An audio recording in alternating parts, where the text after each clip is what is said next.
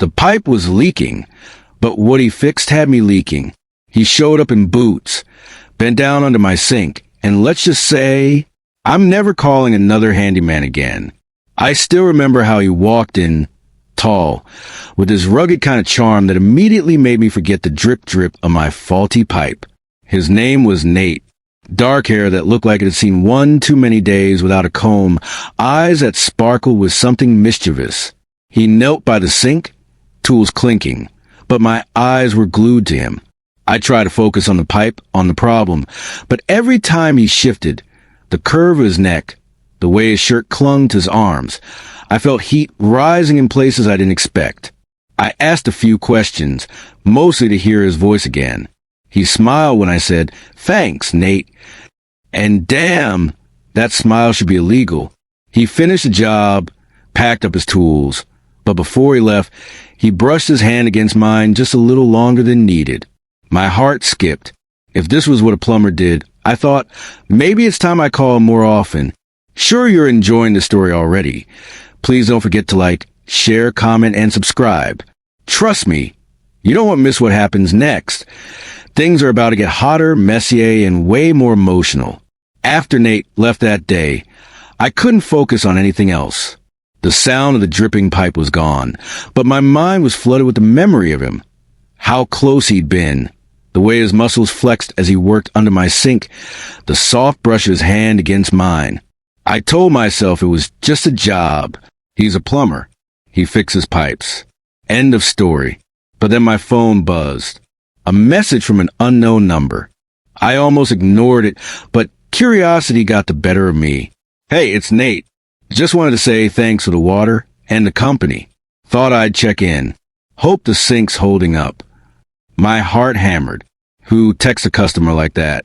But something in his words was casual yet warm, like an invitation. I typed back, trying to sound normal. "Hey, Nate. Yeah, the sink's perfect now. Thanks again." He replied almost immediately. "Glad to hear it. Maybe next time I can come fix more than just the plumbing." I froze. Was that a joke? A flirt? Or maybe both? I wanted to tell him to stop, but the truth was I didn't want him to. The rest of the day, my phone was a constant buzz of his texts. Some flirty, some funny, some just downright charming. I was stuck in this crazy cycle, wanting to play it cool, but burning up inside. When I finally got off work, I caught myself staring at my phone, waiting for his name to light up the screen again. Then it hit me. What the hell was I doing? I was a grown man, supposed to be professional and put together.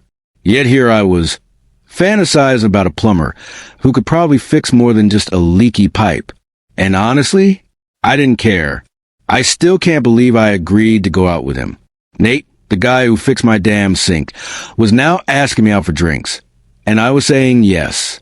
We met at this cozy little bar downtown, the kind with low lights and jazz playing softly in the background.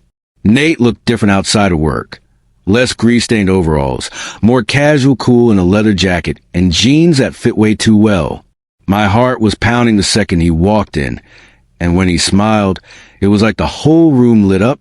We talked like we'd known each other for years. About music, terrible first jobs, and yes, about plumbing, but only enough to make me laugh. There was this electric tension whenever our hands accidentally brushed. I caught myself staring at his lips, wondering what it would feel like to kiss them. And then he did. Out of nowhere, Nate leaned over and kissed me. It was nothing like I expected. Soft but demanding, nervous but sure. I melted. The night stretched on with whispered secrets and laughter until the bar was closing and the streetlights flickered. Walking him to his car, I wanted to ask for more, to invite him in, but the words stuck in my throat. Instead, he squeezed my hand and said, "This is just the beginning." And just like that, my world tilted. After that night, things moved fast. Nate and I texted nonstop, our conversations switching from casual banter to late-night talks about life, fears, and dreams.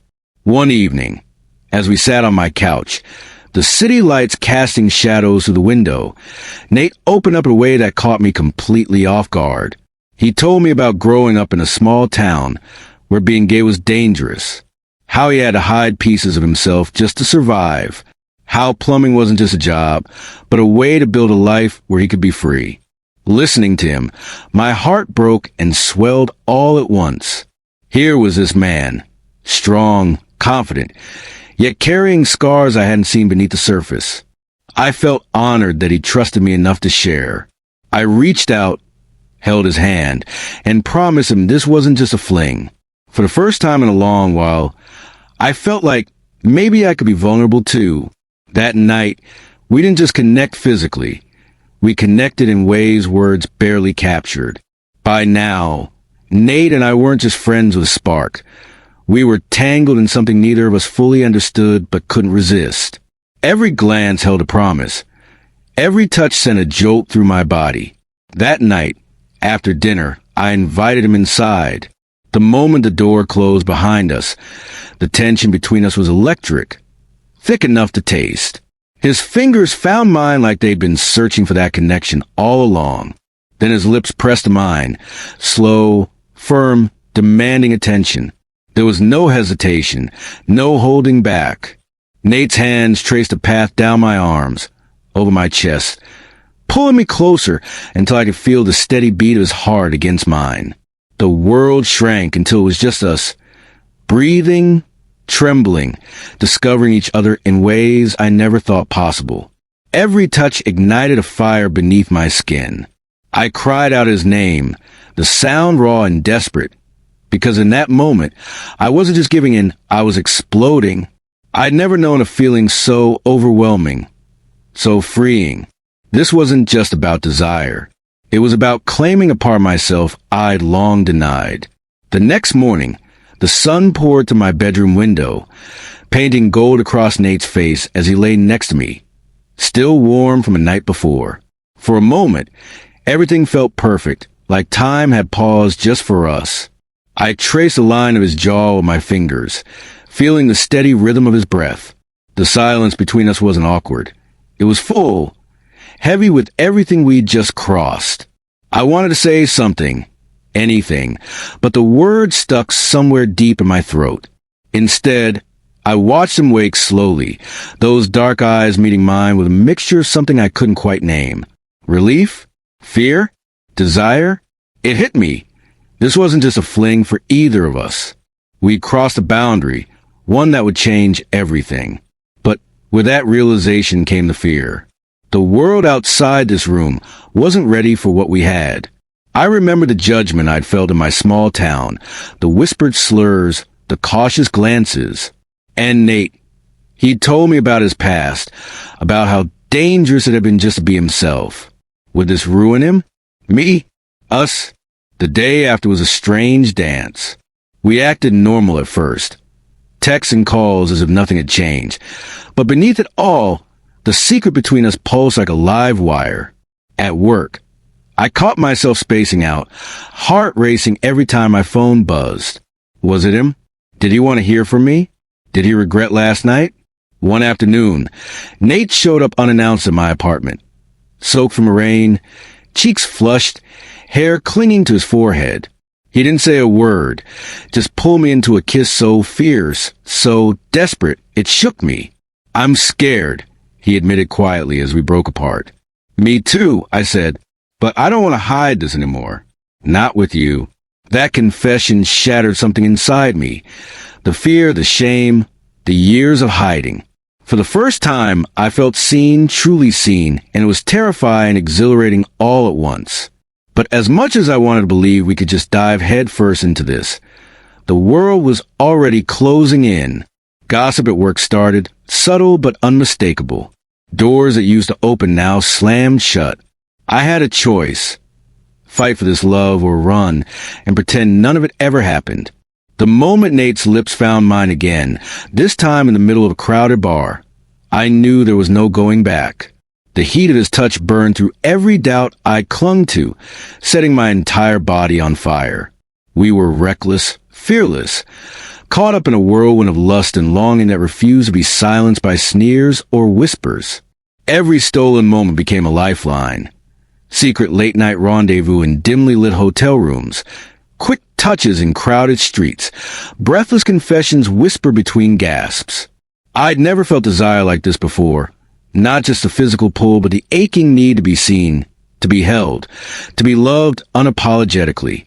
But the deeper I fell, the heavier the weight of secrecy grew. At work, the rumors swirled louder. I felt eyes on me, judgment in every sideways glance. One afternoon, I overheard colleagues whispering about that guy with the plumber, and it hit me like a slap. Our secret was no longer safe. Nate's world was collapsing too. His clients stopped calling, and he joked bitterly about losing business. But underneath, I knew he was hurting, more than I'd ever seen him show. One night, we exploded. Angry words hurled like knives, frustration and fear tangled in every syllable. "I'm trying to protect you," he said, voice shaking. "Protect me from what? From being happy? From being real?" I shot back. Tears spilled down his face, and for the first time, I saw how much this fight was breaking him. But then he pulled me close, hands firm on my hips, and kissed me like we were the only two people left in the world. At that moment, I realized something. This wasn't just about passion or fear. It was about choosing each other, no matter what the cost. I screamed his name that night, not just from pleasure, but because I was finally free. When Nate's hand found mine that evening, it wasn't just touch. It was a lifeline. No more hiding, no more fear. Just the two of us, wrapped in a world that belonged only to us. We slipped away from everything that tried to pull us apart. The stares, the whispers, the expectations. In that quiet space between heartbeats, we found peace. He pulled me close, his breath warm against my skin, and I felt something rare. Completely seen, completely loved. We talked for hours, not about who might judge us or what the future held, but about the small things, the music that made us smile, the dreams we never dared speak aloud. It wasn't perfect. Life never is. But in that moment, wrapped in his arms, nothing else mattered. The way he kissed me, slow and sure, sent a shiver down my spine. I let go of every doubt, every worry. I screamed his name, not from desperation or chaos, but pure, wild joy. That night, we didn't just make love, we made a promise. To hold on to this, no matter what. Because sometimes, love doesn't have to be messy or complicated. Sometimes, love is just love. I never thought I'd find a love that felt like coming home. Like every breath I took with Nate beside me was exactly where I was meant to be. It wasn't fireworks or drama. It was quiet mornings, coffee shared over lazy conversations, and hands intertwined like we belonged together.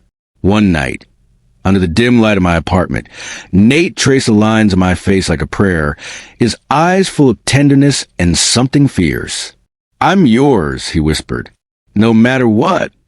And I was his, completely, without hesitation. That night, every touch was a declaration, every kiss a promise. The world outside faded until there was nothing but the rhythm of our hearts beating as one. He pushed deeper, and I didn't hold back. I screamed his name, raw and hungry, the sound echoing through the walls, a testament to everything we had.